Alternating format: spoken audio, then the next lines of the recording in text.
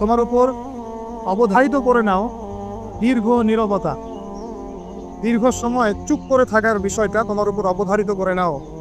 ফাইন্নাহু মাকগাদাতুন লিশ-শাইতান, কারণ এই কাজটার মধ্য দিয়ে শয়তান বিতাড়িত হয়ে যায়।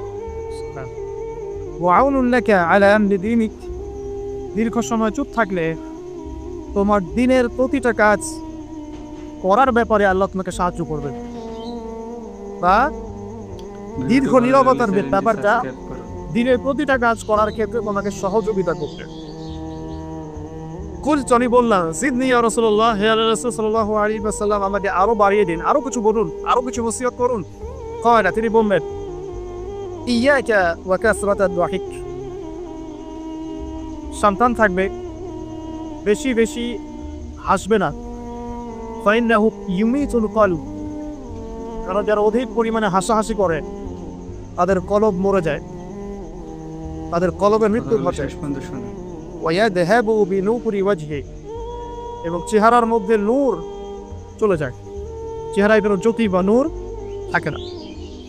কুলতু জিদনি ইয়া রাসূলুল্লাহ, আল্লাহর রাসূল সাল্লাল্লাহু আলাইহি ওয়াসাল্লাম, আমাকে আরো বাড়িয়ে দিন, আরো কিছু ওসিয়ত করুন।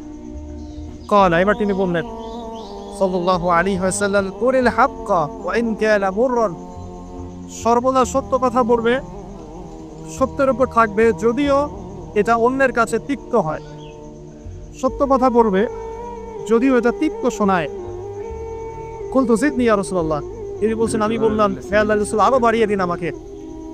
ক্বালা, এবার নবীজি বললেন সাল্লাল্লাহু আলাইহি ওয়াসাল্লাম, লা তাখাফ ফিল্লাহি লাতমাতা লাইব, আল্লাহর পথে কাজ করার ব্যাপারে বা আল্লাহর পথে চলার ক্ষেত্রে, আল্লাহর দিন পালনের ক্ষেত্রে নিন্দুকের নিন্দার পরোয়া করবে না।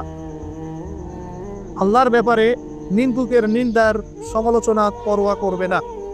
কুলতু জিদনি ইয়া রাসূলুল্লাহ, তিনি বললেন, আমি বললাম যে আরো বাড়িয়ে দিন হে আল্লাহর রাসূল আমার জন্য। নবী করিম সাল্লাল্লাহু আলাইহি ওয়াসাল্লাম বললেন, ক্বাল লিয়াহজুসকা আনিন নাস মা তা'লামু মিন নাফসিকি, যখন মানুষের ব্যাপারে তোমার নেগেটিভ কোনো মন্তব্য করতে হয় বা কারো ব্যাপারে যদি নিন্দা করতে চাও, এরকম ইচ্ছা জাগে মনের মধ্যে, তাহলে আগে চিন্তা করবে যে এই দোষটা তোমার মধ্যে আসেনি না। অর্থাৎ নিজের নফসের খেয়ালটা তুমি আগে বেশি নিবে, অন্যের নিন্দা করার আগে। রাওয়াহুল বাইহাকি, হাদিসটা এসেছে বাইহাকি শরীফের মধ্যে, ফি শুআবুল ঈমান, এবং মিশকাতুল মাসাবিহের মধ্যে এসেছে হাদিসটা 414 এবং 415 পৃষ্ঠায়। অত্যন্ত চমৎকার একটা হাদিস। আজকে আমরা ইনশাআল্লাহ আযজা ওয়া জাল এই হাদিসটার উপরে সামান্য কিছু কথা বলে আমাদের আলোচনা শেষ করব ইনশাআল্লাহ তাআলা। আবু যর রাদিয়াল্লাহু আনহু একজন বিশিষ্ট সাহাবী, আপনারা জানেন, যার ব্যাপারে নবী করিম সাল্লাল্লাহু আলাইহি ওয়াসাল্লাম বলেছিলেন, আবু যর, তুমি খুব নরম মানুষ, তাই কখনো দায়িত্ব চেয়ে নিও না, কারণ তোমার উপরে যদি 2 জন মানুষের দায়িত্ব দেয়া হয়, তোমাকে যেন ছুরিবিহীন জবাই করে দেয়া হবে। আবু যর রাদিয়াল্লাহু আনহু খুব আধ্যাত্মিক নরম মনের মানুষ ছিলেন। তিনি নবী সাল্লাল্লাহু আলাইহি ওয়াসাল্লামকে খাস করে বলছেন, এটা আমভাবে নয়, আমি যেমন আমভাবে সবার উদ্দেশ্যে কথাগুলো বলছি, এভাবে আমভাবে নবীজি এই কথাটা তাকে বলেন, বরং খাসভাবে বলেছেন, পার্সোনাল নসিহত, ইন্ডিভিজুয়ালি বলেছেন। তিনি বলছেন, হে আল্লাহর রাসূল, আমাকে কিছু নসিহত করো, কিছু ওসিয়ত করো। ওসিয়ত কি জিনিস? যেমন কেউ চলে যাওয়ার আগে ওসিয়ত করে, বাবা ইন্তেকাল করছে তার আগে ওসিয়ত করেন, মাকে দেখিস, হ্যাঁ, বোনদেরকে খোঁজ খবর রাখিস, সন্তানদের ব্যাপারে খোঁজ খবর রাখি, তাদেরকে ওসিয়ত করা, মানে যে কথাগুলো আমরা অক্ষরে অক্ষরে পালন করতে চাই, প্রতিশ্রুতি ব্যক্ত করি, এরকম কথা, কনভারসেশন। কিন্তু চিন্তা করেন, নবী করিম সাল্লাল্লাহু আলাইহি ওয়াসাল্লাম যদি আপনাকে আমাকে খাস করে কোনো জায়গায় ডেকে নিয়ে কথাটা বলতেন, কেমন হতো? মনে করেন নবী সাল্লাল্লাহু আলাইহি ওয়াসাল্লাম জীবিত আছেন বা আমরা তার সাক্ষাৎ পেয়েছি, আর আমরা কেউ একজন আমাদের মধ্যে গিয়ে থেকে বললেন, ইয়া রাসূলুল্লাহ, আমাকে কিছু ওসিয়ত করেন, আমাকে খাস করে কিছু ওসিয়ত করেন, তখন এই ওসিয়তগুলো স্পেশাল হবে। এবং আমি কখনোই চাইবো না জীবন চলে গেলাম এগুলোর মনে একটা আমরা ছেড়ে দিই, তাই না?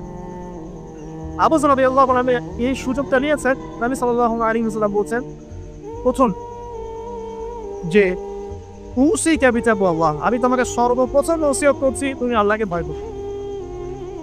তাকওয়া কি জিনিস? নবীজি বলছেন ফাইন্নাহু আযয়ানু লিয়ামলিকা কুল্লি, এই তাকওয়াটাই সমস্ত কাজের সৌন্দর্য বর্ধন করবে তোমার জীবনে। তুমি যত কাজ করবে, প্রত্যেকটা কাজ যদি আল্লাহকে ভয় করে করো, প্রত্যেকটা কাজ তোমার জীবনে সৌন্দর্য বর্ধন করবে ইনশাআল্লাহ। যে কোনো পাপ আল্লাহ পাক যাকে ইচ্ছা মাফ করতে পারে, শিরিক ছাড়া। শিরিক যদি তওবা না করে মারা যায়, বেশিরভাগ সম্ভাবনা হচ্ছে সে জাহান্নামে যাবে। আরেকটা ডেঞ্জারাস বিষয় হচ্ছে, শিরিক করে মারা গেলে কবরে মান রব্বুক উত্তর দিতে পারবে না। যারা মান রব্বুকে উত্তর দিতে পারবে, নিঃসন্দেহে তারা কখনো শিরিক করে নাই, আল্লাহ পাকের তাওহীদের উপরে ছিল। আবার শিরকের অনেক কিছু বুঝি ঠিকই, আধুনিক একটা শিরিক বুঝি না। আধুনিক শিরক এটা যেমন আল্লাহ পাক যা নাজিল করেছেন, এখানে যে বিধানগুলো আছে, এগুলোকে যদি কেউ ডিনাই করে বা এগুলোকে পাশ ফিরিয়ে অন্য কোনো বিধানকে বেটার মনে করে, আল্লাহর বিধানে চাইতে বেটার মনে করে বা সমকক্ষ মনে করে, এটাও শিরক। এটাও শিরক। আল্লাহ পাক কিছু হালাল করেছেন, আমরা যদি মনে করি এটা হারাম, তাহলে শিরক। এটাও শিরক। সূরা তাওবার 31 নম্বরে একটা পড়ে দেখবেন ইনশাআল্লাহ। যাই হোক, তাকওয়ার প্রথম স্টেজ হচ্ছে আমাদেরকে শিরক করা যাবে না, তাওহীদ থাকতে হবে ইনশাআল্লাহ। 2 নম্বর, আল্লাহ পাকের যত আদেশ আছে এগুলোকে মেনে চলার নাম তাকওয়া। ফর এক্সাম্পল সালাত, সাওম, সাদাকা, হজ, উমরা, যাকাত, সত্য কথা বলা, পিতামাতার খেদমত ইত্যাদি যতগুলো আদেশ কুরআন এবং সুন্নাহর মধ্যে আছে, এগুলোকে মেনে চলা তাকওয়ার পরিচয়। 3 নম্বর, আল্লাহ পাকের যত নিষেধ আছে, এই সমস্ত নিষেধগুলোকে বর্জন করার নামও তাকওয়া। শুধু আদেশ মানলাম, নিষেধ বর্জন করলাম, এটা আসলে প্রকৃত তাকওয়ার পরিচয় নয়। আজকে আমরা মাশাআল্লাহ সবাই সালাত করেছি, কালকে সকালে যদি আমরা সুদি লেনদেন করি, আমার মধ্যে তাকওয়া আসলে নাই। আমি ধর্মীয় জীবনে পাক্কা মুসল্লি হলেও অর্থনৈতিক জীবনে পাক্কা সুদখোর থেকে গেছি। এই অবস্থা যদি তওবা না করে মারা যায়, মায়ের সাথে জেনার অপরাধ নিয়ে কিয়ামতের মাঠে উঠবে ইনশাআল্লাহ। এটা আমার কথা না, নবী সাল্লাল্লাহু আলাইহি ওয়াসাল্লাম বলেছেন, সহিহ বুখারীর হাদিস। যে কোনো আলেমকে জিজ্ঞাসা করবেন, যে কোনো মাদ্রাসায় যাবে, যে কোনো প্রকাশনী বুখারী শরীফ এর না কেন হাদিসটা পাবে, যে ব্যক্তি 1 দিরহাম সুদ খেলো, সে যেন 36 বার জেনা করুক। ভিডিওটা ভালো লাগলে চ্যানেলটি সাবস্ক্রাইব। আপনি যদি জানেন যে আপনার ক্লোজ কোনো ফ্রেন্ড বা আত্মীয় বা whoever is সে জেনা করে বেড়ায়, বা মেয়েদের সাথে, একাধিক মেয়ের সাথে তার সম্পর্ক আছে, ইলিগাল রিলেশনশিপ, আপনি নিশ্চয়ই তার দিকে সম্মানের দৃষ্টিতে তাকাবেন। রাফেল জামান এমন একটা যুগ যেখানে সুদ থেকে বাঁচা সো ভেরি ডিফিকাল্ট।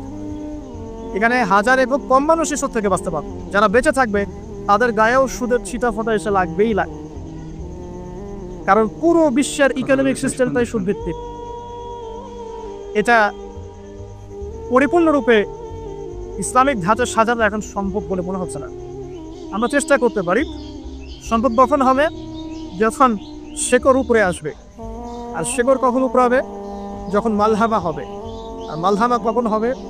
যখন মদিনার গুরুত্ব কমে যাবে এবং গুরুত্ব বেড়ে যাবে।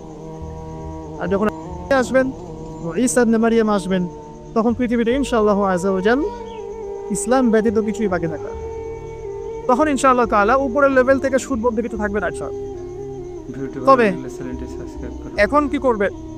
ফাত্তাকুল্লাহা মাসতাতাতুম। এখন এতটুকু করবে, ফাত্তাকুল্লাহা মাসতাতাতুম, তোমরা সাধ্যমতো আল্লাহকে ভয় করো। আপনার সাথে যতটুকু কুলায় এতটুকু আপনি দূরে থাকবেন। পারতে পক্ষে চেষ্টা করবেন সুদ যেন আপনার গায়ে না লাগে। আল্লাহ পাক বোঝার তৌফিক দান করুক। আমিন। বলছিলাম আল্লাহ পাকের নিষেধগুলোকে বর্জন করার নাম তাকওয়া। নামাজ পড়ছি, রোজা রাখছি, যাকাত দিচ্ছি না, এদিকে সুদ খাচ্ছি, হারাম রিলেশনশিপে আছি, বা পরকীয়ায় লিপ্ত আছি, বা মানুষের সম্পদের অধিকার দিচ্ছি না, ব্যবসা করছি। আর ব্যবসা যারা করি আমরা বেশিরভাগই মিথ্যা কথা বলি। আমরা ব্যবসা যারা করি ম্যাক্সিমাম মিথ্যা কথা বলি, মিথ্যা কসম করি। এবং আমাদের এই মিথ্যা কসম প্রতারণার কারণে জালেম শাসকের শাসন চাপিয়ে দেওয়া হয় আল্লাহর পক্ষ থেকে। এটা হাদিস এসেছে, যখন ব্যবসায়ীরা প্রতারণা করবে, মিথ্যা কসম করে পণ্য বিক্রি করবে এবং মাপে কম দিবে, সিন্ডিকেট করবে, তখন আল্লাহর পক্ষ থেকে 2টা আযাব আসে। এক, জালেম বড় শক্তিকে চাপিয়ে দেওয়া হয় যারা এদের উপর জুলুম করবে। 2, সমাজের মধ্যে দুর্ভিক্ষ নেমে আসে। এগুলো নবী সাল্লাল্লাহু আলাইহি ওয়াসাল্লামের কথা, বদলানোর কোনো সুযোগই নাই। আজ হোক আর কাল হোক এগুলো চলে যাবে ইনশাআল্লাহ, কারণ যদি না আমরা আমাদের জায়গা থেকে সরে আসি। তো যারা ব্যবসা করছি অনেকেই মিথ্যা কথা বলেন ম্যাক্সিমাম, এবং মনে করি যে ব্যবসা এগুলো মিথ্যা বলা জায়েজ, এটা ব্যবসার অংশ মনে করি। সৎ ব্যবসায়ী কিয়ামতের দিন নবীগণের সাথে থাকবেন। যারা সৎ ব্যবসায়ী তারা কিয়ামতের মাঝে নবীগণের সাথে হাসর করবেন। ছাঁচে খুঁজে পাবেন না, এখন খুব কম শব্দের সই পাবেন। যাই হোক, কথাগুলো শেষ পর্যন্ত শুনুন। যেটা বলছিলাম ভাই, প্রিয় ভাইয়েরা, যে শুধু আদেশ মানার নাম তাকওয়া হয়, নিষেধটা বর্জন করতে হবে। আমরা নামাজ রোজা হজ জায়গা সবই করছি মাশাআল্লাহ, ব্যবসায়িক জীবনে মাপে বন্ধ দিচ্ছি, ইকোনমিক লাইফে সুখ খাচ্ছি, আর পলিটিক্যাল লাইফ নিয়ে আমি কোনো কথা বলতে চাচ্ছি না। সেখানে কতটুকু আল্লাহ আর কতটুকু রাসূল আছেন আল্লাহ ভালো জানেন, আল্লাহ বিচার করবে। আমি মৌলিক কথাগুলো বলছি। দেখেন ফ্যামিলিগত ব্যাপারে আমরা দেখবেন বাহ্যিকভাবে ইসলামে লেবাস পোশাক আছে যে কি, আর ভিতরে অরিজিনাল ইসলাম নাই। দেখুন পরিবারে ম্যাক্সিমাম পরিবার ভিতরে পর্দালায় নামাজি ব্যক্তিরা খুব অভাব। আর নামাজের চিন্তা ভাবনা আপনাকে ফজরের জামাতে আসতে হবে। নামাজের চিন্তা ভাবনা আপনাকে ফজরের জামাতে আসতে হবে। এই মসজিদেই আজকে ফজরে আসবেন, দেখবেন এই যে মুসল্লি যারা বসে আছেন তাদের 50% নাই ইল্লা বাসাও। তো আমরা পার্সিয়ান ইসলাম ফলো করছি, কিছু মানছি কিছু মানছি না। আল্লাহ বলছেন এটা না, পরিপূর্ণরূপে ইসলামে প্রবেশ করো এবং এটার নাম তাকওয়া। উসি কোন বিচার করলো, আমি তোমাকে আল্লাহর তাকওয়া, আল্লাহকে ভয় করার ওসিয়ত করছি, খাস করে অনুরোধ করছি, ওসিয়ত করছি। আদেশ মানার নাম যেমন তাকওয়া, নিষেধ বর্জনের নাম তাকওয়া। শুধু আদেশ মানলেই হবে না, নিষেধগুলো বর্জন করার চেষ্টা করতে হবে। আমরা এই জায়গাটাতেই সমস্যায় হচ্ছি। আদেশ আমরা অনেকেই পালন করতে পারি, আলহামদুলিল্লাহ, নামাজ পড়তে পারি, রোজা রাখতে পারি, অনেকে জাকাত দেই মাশাআল্লাহ, সাদাকা করি, দান সাদাকা করি, ইসলামের প্রতি ভালোবাসা আছে, আল্লাহ এবং তার রাসূলকে মহব্বত করি, কিন্তু হারাম রিলেশনশিপ ছাড়তে পারছেন না। দেখবেন অ্যাফেয়ার ছাড়তে পারছেন না, ফ্রি মিক্সিং ছাড়তে পারছেন না, রিবা ছাড়তে পারছেন না, আপনাদের পরকীয়া ছাড়তে পারছেন না, অহেতুক এই যে নোংরা অপসংস্কৃতি ছাড়তে পারছেন না। খেয়াল করে দেখেন, স্মোকিং ছাড়তে পারছেন না, মাদক দ্রব্য সেবন ছাড়তে পারছেন না, বাট আপনি ইসলামকে ভালোবাসেন, আল্লাহকে ভালোবাসেন, রাসূলকে ভালোবাসেন। এইটাই মূল সমস্যা আমাদের এখানে। আমি ফিল করি আল্লাহ পাক আমাদের সবাইকে আদেশ মানার সাথে সাথে নিষেধ বর্জন করার তৌফিক দান করুন। 4, আল্লাহ রাব্বুল আলামিনকে হাজির এবং নাজির যার নাম তাকওয়া। হাজির নাজির কেমন, যে আমার জীবনের প্রতিটা স্টেপ আল্লাহ পাক দেখছেন এবং শুনছেন। আল্লাহ পাক আরশে আজিম থেকেই আমাকে দেখছেন, আমাকে শুনছেন প্রতিটা মুহূর্তে, এখন, আজ, কাল, আগামী, অতীত, বর্তমান, ভবিষ্যৎ, সব সময় আল্লাহ আমাকে দেখছেন, শুনছেন। প্রত্যেকটা মুহূর্তে এই কথা যার মাথায় থাকবে তার পাপ করার প্রবণতা কম হবে। ইনশাআল্লাহ পাপ করলেও সে তওবা করে আল্লাহর কাছে ফিরে আসবে ইনশাআল্লাহ। যদি তার দ্বারা কোনো পাপ হয়েও যায়, আপনি দেখবেন তাকওয়াই তাকে আবার ফিরিয়ে নিয়ে আসবে, সে আল্লাহর কাছে ফিরে আসবে। আল্লাহ পাকে হাজির এবং নাজির যা, এর আরেকটা নাম আছে, সেটা হলো যে ইহসান। কিনা হাদিসে জিবরিল নামে একটা হাদিস আছে, সহিহ বুখারী, সহিহ মুসলিমের 9 নম্বর হাদিস, আর মিশকাতুল মাসাবিহের 2 নম্বর হাদিস। ইহসান কি জিবরাইল আলাইহিস সালাম নবী সাল্লাল্লাহু আলাইহি ওয়াসাল্লাম জিজ্ঞাসা করেছিলেন। তিনি বলছেন, আনতা আবুদুল্লাহ কাআন্নাকা তারাহ ফাইন লাম তাকুন তারাহু ফাইন্নাহু ইয়ারাক। তুমি এমন ভাবে আল্লাহর ইবাদত করবে যেন তুমি আল্লাহকে দেখছো। ওয়াইন লাম তাকুন তারাহু ফাইন্নাহু ইয়ারাক, এবং তুমি যদি আল্লাহকে দেখতে না পাও, তুমি সবসময় মনে রাখবে আল্লাহ পাক তোমাকে দেখছেন। এই কনসেপ্টটার নাম হচ্ছে ইহসান, যেটা আমাকে তাকওয়া দিবে। ইনশাআল্লাহ। আসসালামু আলাইকুম। ভিডিওটি ভালো লাগলে চ্যানেলটি সাবস্ক্রাইব করুন।